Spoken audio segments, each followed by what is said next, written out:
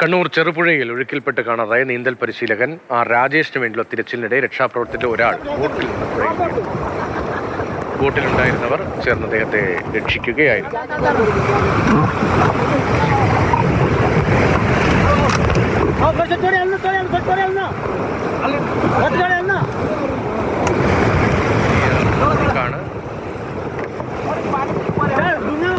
അപകടകരമായ സാഹചര്യമായിരുന്നു.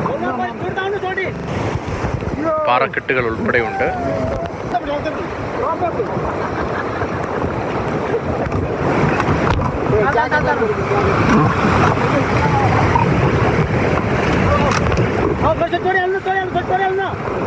ചെറുപുഴയിൽ ഇപ്പോൾ കാണുന്ന പുഴയിൽ വലിയ കുത്തൊഴുക്കാണ് നമ്മൾ കാണുന്നത്. അത്യന്തം അപകടകരമായ സാഹചര്യമാണ്. ഒഴുക്കിൽപ്പെട്ട് കാണാതായ നീന്തൽ പരിശീലകൻ ആർ രാജേഷിന് വേണ്ടിയുള്ള തിരച്ചിൽ തുടരുകയാണ്. പ്രതികൂലമായ കാലാവസ്ഥയ്ക്ക് അതിനിടയിൽ നമുക്ക് കാണാം വലിയ പാറക്കെട്ടുകളൊക്കെ ഉള്ള സ്ഥലമാണ്. അവിടെയാണ് അത്യന്തം അപകടകരമായി രക്ഷാപ്രവർത്തനത്തിനായി മുന്നോട്ട് പോകുന്നത്. അതിനിടയിലാണ് ബോട്ടിലുണ്ടായിരുന്ന ഒരാൾ താഴേക്ക് പതിച്ചത്. CK വിവരങ്ങൾ പറയും. രാജേഷിന് വേണ്ടിയുള്ള തെരച്ചിൽ ഇപ്പോഴും തുടരുകയാണ്. ഇന്ന് രാവിലെ മുതൽ തന്നെ തെരച്ചിൽ വീണ്ടും ആരംഭിച്ചു. ഇത് 4ാമത്തെ ദിവസമാണ് രാജേഷിന് വേണ്ടിയുള്ള തിരച്ചിൽ നടത്തുന്നത്.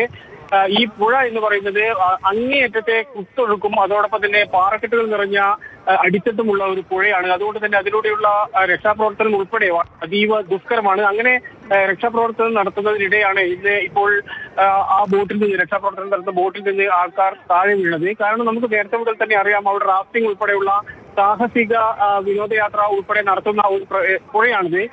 അതുകൊണ്ട് തന്നെ ഈ പുഴയുടെ സ്വഭാവം അങ്ങനെയാണ്. ഒട്ടേറെ വളവ്, ചെരിവുകൾ, കുത്തൊഴുക്ക്, വലിയ പാറക്കെട്ടുകൾ, അതുപോലെ തന്നെ ചെറിയ ചെറിയ മരങ്ങൾ ഉൾപ്പെടെയുള്ള എല്ലാം അടങ്ങുന്ന ഒരു പ്രത്യേക ഭൂമിശാസ്ത്രമാണ് ഈ പ്രദേശത്തെല്ലാം തന്നെ ഉള്ളത്. അതിനിടയിലൂടെ ഈ രക്ഷാപ്രവർത്തനം എന്ന് പറയുന്നത് അങ്ങേയറ്റത്തെ ദുഷ്കരമായി ഇപ്പോഴും തുടരുകയാണ്.